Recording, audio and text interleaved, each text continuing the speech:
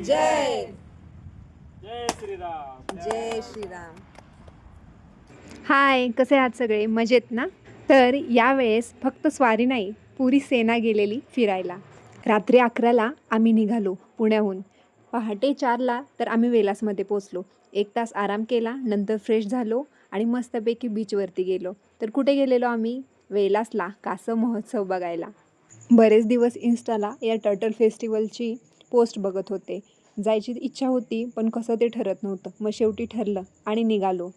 रत्नागिरीमध्ये वेलास या गावात कासवांच्या संवर्धनासाठी हा उपक्रम चालू केला आहे, जो की 2000 पासून चालू आहे आणि मला आज समजते, काही जणांना माहिती पण नसेल.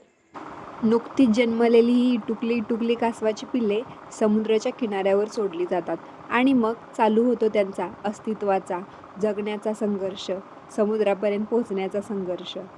ससा आणि कासव यांच्या शर्यतीबद्दल आपण गोष्टी ऐकल्या होत्या, पण आज पहिल्यांदाच कासवांच्या पिलांची शर्यत बघितली. भारी वाटलं, नवीन गोष्टी बघितल्या, अनुभवल्या. आणि हो, फक्त मार्च आणि एप्रिल दरम्यानच कासवांचा महोत्सव असतो. भेटू नेक्स्ट व्लॉगमध्ये. बाय.